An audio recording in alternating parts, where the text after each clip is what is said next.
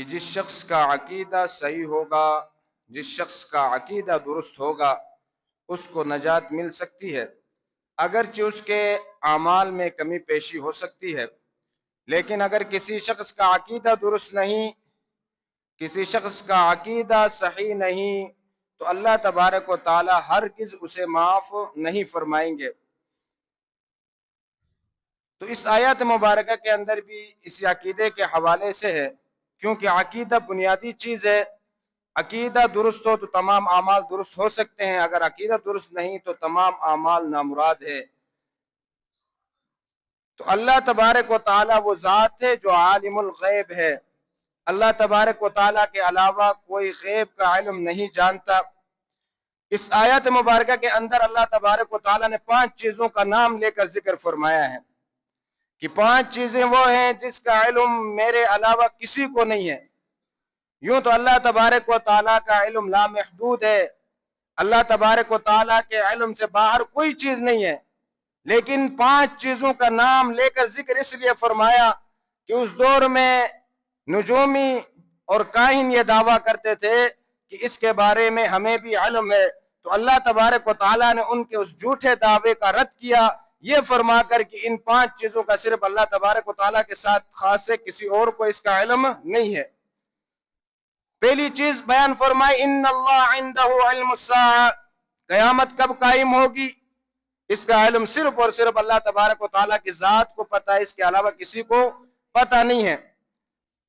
ایک حدیث ہے، ایک حدیث کی کتابوں میں جسے حدیث جبرائیل کہا جاتا ہے، نبی اکرم صلی اللہ علیہ وسلم نے آخری جب حجۃ الوداع سے موقع پر واپس آئے اور اس کے بعد آپ صلی اللہ علیہ وسلم صرف 2 مہینے دنیا میں رہے، تو آپ صلی اللہ علیہ وسلم جب مدینہ منورہ تشریف لائے تو حضرت جبرائیل علیہ السلام آپ صلی اللہ علیہ وسلم کے پاس تشریف لائے اور آپ صلی اللہ علیہ وسلم کے سامنے کچھ سوالات پیش کیے اور آپ صلی اللہ علیہ وسلم نے ان کے جوابات عطا فرمائے، اور پہلا سوال یہی تھا کہ قیامت کب قائم ہوگی؟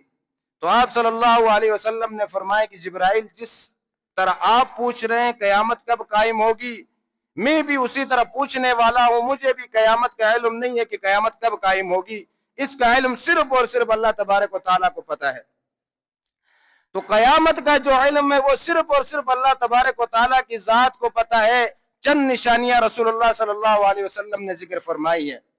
اور دوسری چیز، وَيُنَزِّلُ الْغَيْثَ، بارش کب برسے گی، تو اس کا علم بھی اللہ تبارک و تعالیٰ کو پتہ ہے، اللہ کے علاوہ اس کا علم بھی کسی کو نہیں ہے۔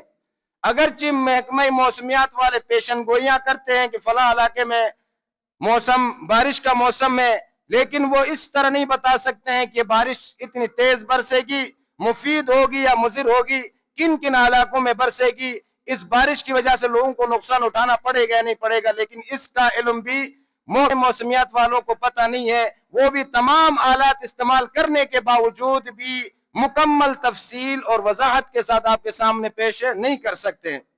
تو بارش کا علم کس کے پاس ہے؟ صرف اور صرف اللہ تبارک و تعالیٰ کی ذات کو پتہ ہے۔ وَيَعْلَمُ مَا فِي الْأَرْحَامِ، تیسری چیز ہے ماں کی پیٹ میں بچہ ہے، بچی ہے، اس کا علم بھی صرف اور صرف اللہ تبارک و تعالیٰ کی ذات کو علم ہے، اس کے علاوہ کوئی نہیں جانتا کہ ماں کی پیٹ میں کیا ہے۔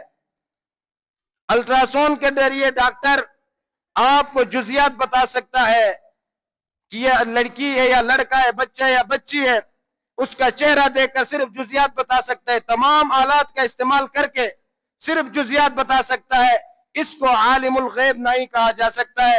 عالم الغیب اس ذات کو کہا جاتا ہے جو بغیر آلات کے تمام کلیات کا علم رکھتا ہو۔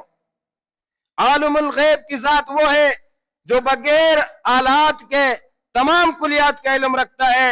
بچہ یا بچی ہے، اللہ کو علم ہے یہ بچی پیدا ہونے کے بعد دیکھ سکے گی یا نہیں دیکھ سکے گی، چل سکے گی یا نہیں چل سکے گی، سن سکے گی یا نہیں سن سکے گی، بول سکے گی یا نہیں بول سکے گی، اس کا علم صرف اور صرف اللہ تعالیٰ کی ذات کو پتہ ہے۔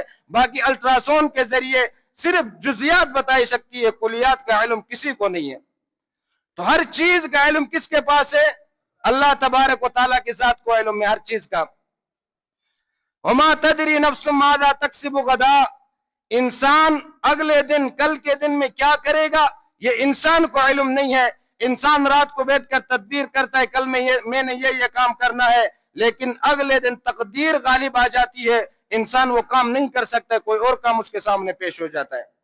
انسان رات کو سفر کا ارادہ کرتا ہے کہ صبح میں نے سفر پر جانا ہے، لیکن اگلے دن سفر سے زیادہ ضروری کوئی کام درپیش آتا ہے، وہ سفر سے رہ جاتا ہے۔ تو اگلے دن انسان کیا کرے گا، اس کا علم بھی کس کے پاس ہے؟ اللہ تبارک و تعالیٰ کے پاس ہے۔ وما تدری نفس ماذا تکسب غدا وما تدری نفس بأی ارض تموت، انسان کی موت کہاں واقع ہوگی اس کا علم بھی اللہ تعالیٰ کو ہے، اللہ کے علاوہ کسی کو نہیں ہے۔ حضرت خالد بن ولید رضی اللہ تعالیٰ عنہ، عظیم مجاہد، عظیم صحابی، جلیل القدر صحابی، جس نے ساری زندگی اللہ کی راہ میں جہاد میں وقف کر دی۔ ہر وہ غزوہ جس میں نبی اکرم صلی اللہ علیہ وسلم کے ساتھ حضرت خالد بن ولید رضی اللہ تعالیٰ عنہ میدان میں نظر آتے ہیں، کوئی غزوہ ایسا نہیں ہے جس کے صف اول کے مجاہد حضرت خالد بن ولید نہ ہو، لیکن ساری زندگی جہاد میں گزاری کس کے لیے؟ صرف اور صرف شہادت کی موت کے لیے، لیکن شہادت کی موت نصیب نہیں ہوئی۔ آخر جب موت قریب ہوئی تو بستر پر لیٹے ہوئے افسوس کرنے لگے کہ میں نے ساری زندگی جہاد میں گزار دی کہ مجھے شہادت کی موت آئے، لیکن آج مجھے افسوس ہو رہا ہے کہ میں بستر پہ مر رہا ہوں۔ تو موت اللہ تبارک و تعالیٰ کو پتہ ہے۔ قرآن مجید میں اللہ تبارک و تعالیٰ فرماتے ہیں اینما تکونوا یدرککم الموت، تم جہاد سے بھاگتے ہو صرف اس وجہ سے کہ موت آ جائے گی، تم جہاد سے منہ موڑ لیتے ہو کہ جہاد میں تمہارے لیے موت آ جائے گی۔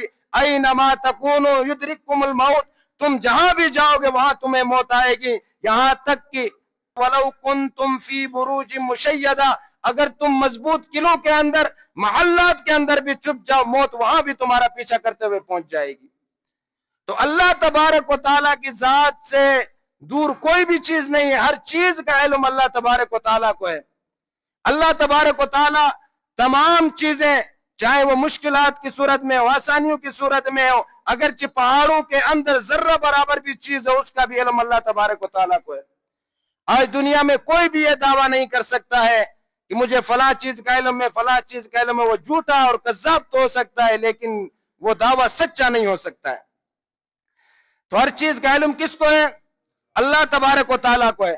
تو ہمارا یہ عقیدہ ہونا چاہیے کہ تکلیف آتی ہے، مصیبت آتی ہے، پریشانی آتی ہے، یا راحت اور سکون اور خوشی آتی ہے، تو یہ سب کے سب اللہ کی طرف سے، راحت بھی اللہ کی طرف سے، خوشی بھی اللہ کی طرف سے، مصیبت بھی اللہ کی طرف سے، پریشانی بھی اللہ کی طرف سے۔ انسان اچھے اعمال کرتا ہے، جب اچھے اعمال آسمانوں کی طرف جاتے ہیں تو اللہ تبارک و تعالیٰ اسی حساب سے انسان کے اوپر معاملات پیش فرماتے ہیں، لیکن جب وہ گناہ کرتے ہیں تک مصیبتیں اس کی طرف آسمان کی طرف سے آتی ہیں، تکلیفیں آسمان کی طرف سے آتی ہیں۔ قرآن مجید میں اللہ تبارک و تعالیٰ فرماتے ہیں وَمَا أَصَابَكُم مِّن مُّصِيبَةٍ فَبِمَا كَسَبَتْ أَيْدِيكُمْ، تمہارے اوپر جو تکلیفیں اور مصیبتیں آتی ہیں جو تمہارے اپنے ہاتھوں کی کمائی کی وجہ سے آتی ہیں، جب آپ کے اعمال جس طرح آسمان میں جاتے ہیں اللہ تبارک و تعالیٰ اسی مطابق فیصلے فرما دیتے ہیں۔ تو ہر چیز کا علم کس کے پاس ہے؟ اللہ کے پاس ہے۔ ماں کی پیٹ میں کیا ہے اس کا علم بھی اللہ کے پاس ہے۔ قیامت کب قائم ہوگی اس کا علم بھی اللہ کے پاس ہے۔ بارش کس طرح برسے گی، نقصان دہ ہوگی یا فائدہ مند ہوگی، اس کا علم بھی اللہ کے پاس ہے۔ دنیا کے کسی شخص کے پاس اس کا علم نہیں سوائے رب کے علاوہ۔ تمہارا عقیدہ کیا ہونا چاہیے؟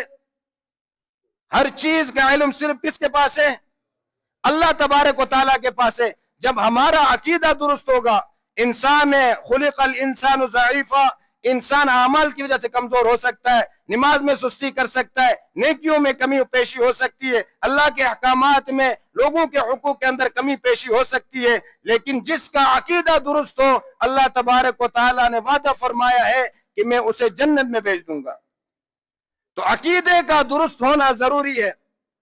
قرآن مجید